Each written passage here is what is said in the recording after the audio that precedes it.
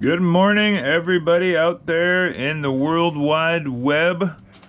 How are we doing today? I'm doing pretty good, Just gonna keep working on this here illustration. Couple more sessions, how to do it, I figure.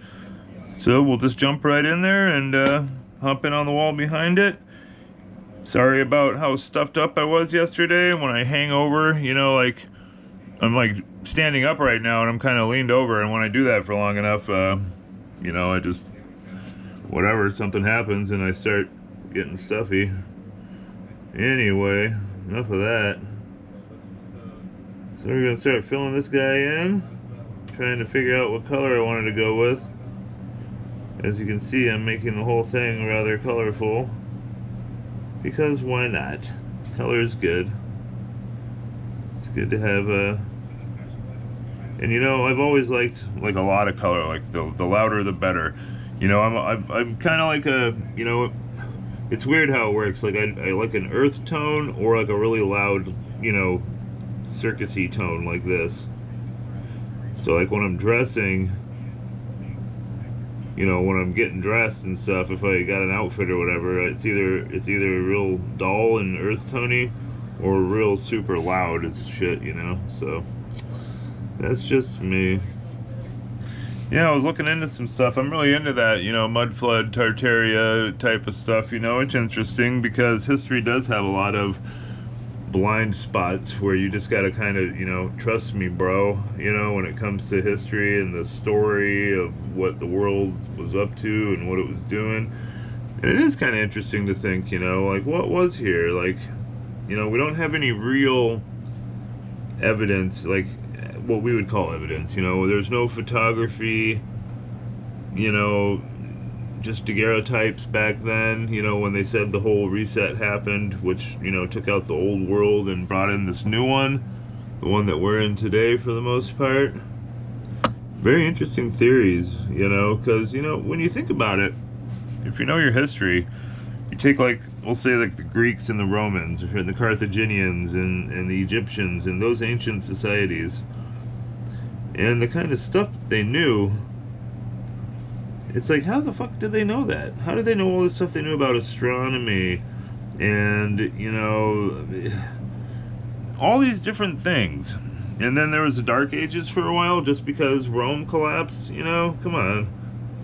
How did these ancient societies all over the world, not just in Europe, but, China, Japan, India, all these different societies all over the world, separated from each other, were super advanced for a long time. And then they were just not anymore at a certain point, Kind of a certain amount of regression happened. And it's interesting to explore that. Yes, the people, the established people in the world, will say it's tomfoolery, scientists and stuff. Oh no, that's a bunch of bullshit. Don't listen to that. History started, and it's like, well, there's a lot of unanswered things. And it's not even so much that, like, the little things in conspiracy theories are never what took me for a ride. If you're willing to listen a little tiny bit, then a lot of conspiracy theories work themselves out. But with this particular one, you gotta ask yourself, how did we know all that stuff back then? Why was there a worldwide dark age? Why are there certain things that are the same everywhere?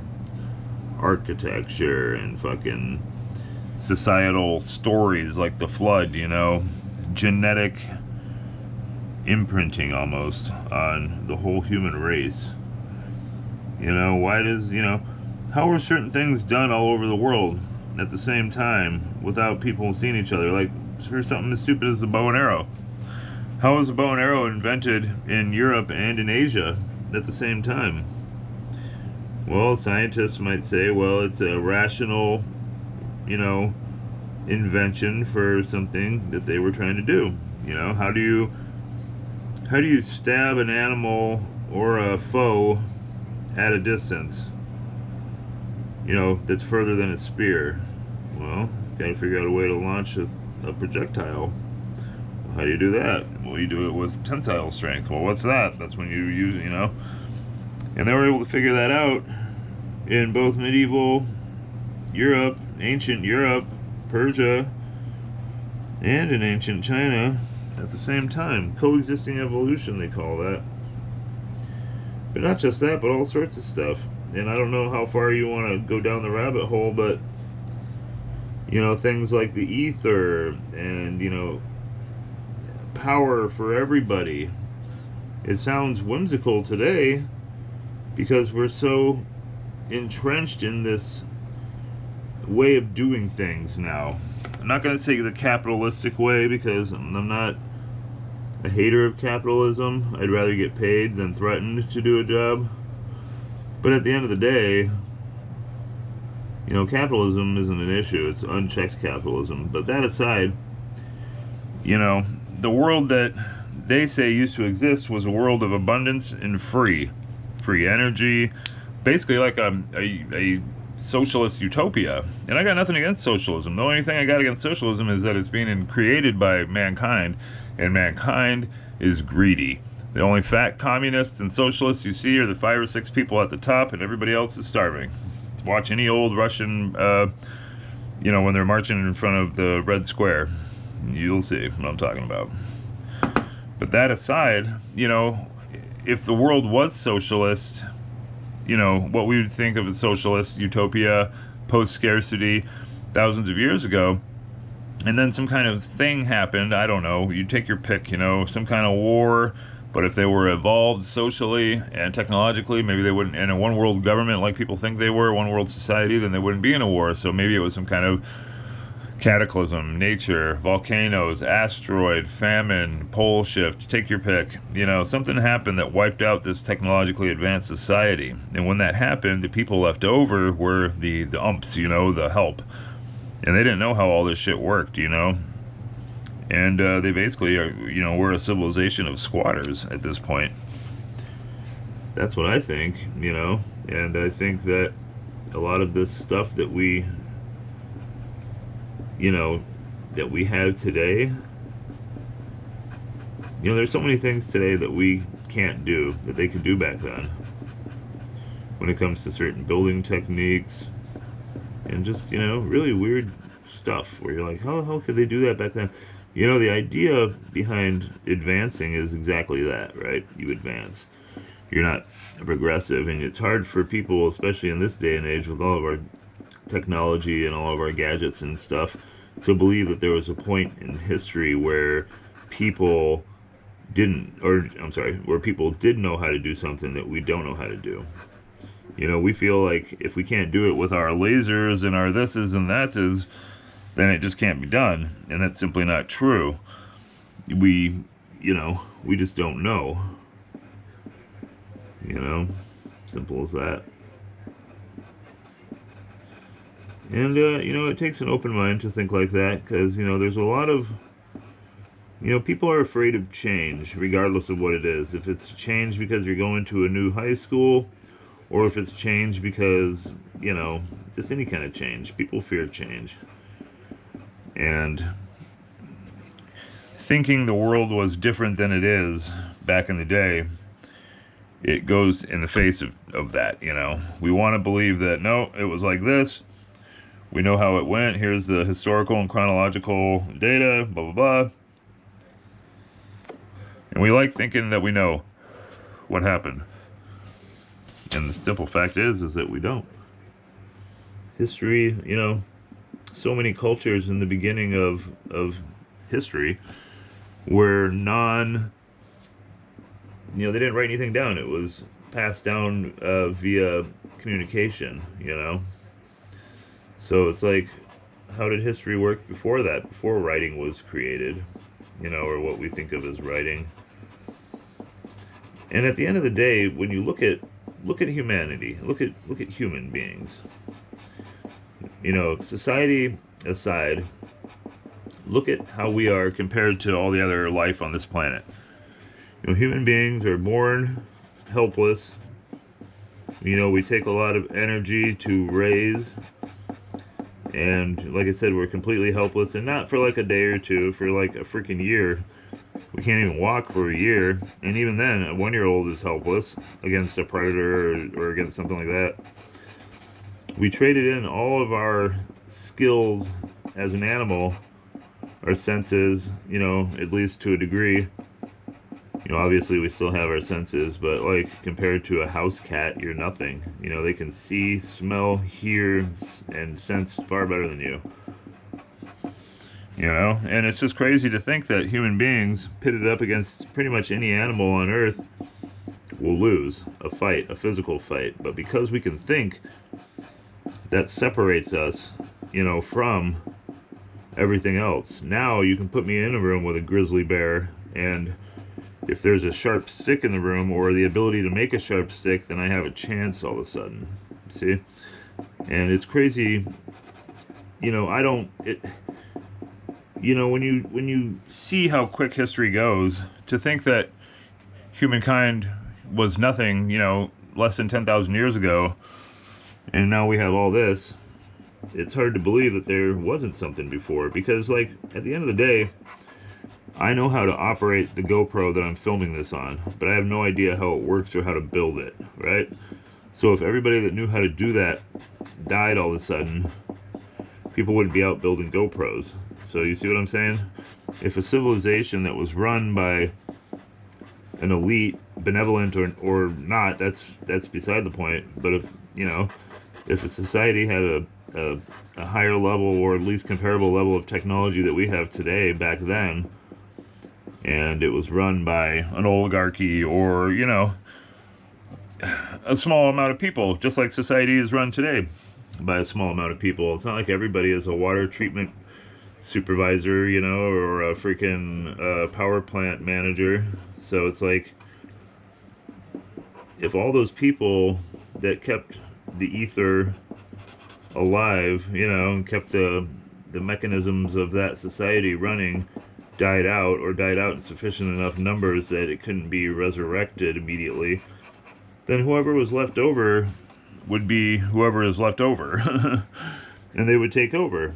And anybody can live in a house, but it's another thing to plumb it, to put wiring in it, to put central air or some kind of ventilation, heating, cooling, refrigeration, all that shit. Anybody can go move into a shack and live in a shack, doesn't need to have all the utilities going. Anybody that's been cut off, because they didn't pay their bill knows that, that a house is just four walls at the end of the day.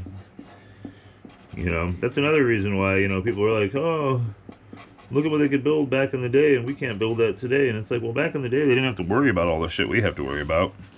Back in the day, when you built a house, you just built a house. That's it. It's that simple. You didn't have to plumb it and wire it and do all this crazy shit. You just built a house. Maybe some ventilation, fireplaces and stuff, but I mean, for the most part, it was just a freaking shack, So it's interesting to think that the whole world could be filled with squatters, and that we're just the remnants of, the help, and whoever the strongest people were that were the survivors of this great cataclysm, this flood, or this event, were just regular people, and they didn't know how to run shit, and whoever had the biggest stick took over. And then eventually, we learned how to make, either by pure invention or by, recovering old technology or whatever, we learned how to make electricity and to harness that, and to harness steam and gasoline power and internal combustion and so on and so forth. And either we split the atom on our own or we had some help. I think we did it on our own. But it's no coincidence that after that is when all the, alien stuff really ramped up. Now, alien sightings and whatnot have been going on throughout all of human history. You can go back as far as you freaking want, and there are sightings of stuff, and I mean, I guess it's all in the interpretation. If you're an African bushman and you see a freaking UFO, you're gonna think it's magic, you know, just like if you're an African bushman from 1,000 years ago and you flew a Huey helicopter gunship low to the ground, they'd think that that was a god too. So I think once you look at it like that, it could be easily understood that many things that happened in the past could have been some kind of alien encounter. No, I know it all sounds crazy, and it's fun to hypothesize. You know, it doesn't pay the bills or anything, but it is fun. It's fun to think of the aliens, you know, and if there are aliens, and if there are, what are they up to? I don't think they'd be here to come after us. I think they'd be here to study us, just like we study ant colonies. You know, advanced aliens would want to know where they came from and the steps, you know, that they took in their history to become where they were, and they would naturally go and seek out primitive life and study it. If they had any scientific bones in their bodies, they would want to study primitive life. And there's always something that I've had an issue with when it comes to how people look at aliens, how scientists and the mainstream people look at aliens. They're like, well, you know, aliens takes millions of years to, you know, travel from one star system to another. It's like, we have no idea about that. You know, when it comes to physics, all we know is what we know. And that changes all the time. And there's nothing, you know, who the hell knows if some alien race out there figured out a way to go faster than light or to fold space or whatever. And for all we know, there could have been an alien society that's, you know, 100 years more advanced than us only. It doesn't need to be fucking millions of years more advanced and all that. We need to quit thinking about it like people. You know, because what would happen if, you know, in my lifetime, when I'm an old man, in like the 2070s, we come up with fast, at least light speed travel. And we send probes to the closest star systems. And then we encounter life in those star systems. To some degree, you know. So say we encounter life in Alpha Centauri like on Avatar, right? And say the people there, there's a society there, but they're primitive. They're like medieval. So we'd be like 1,000 years more advanced than them, but not that much more advanced. So I think this whole idea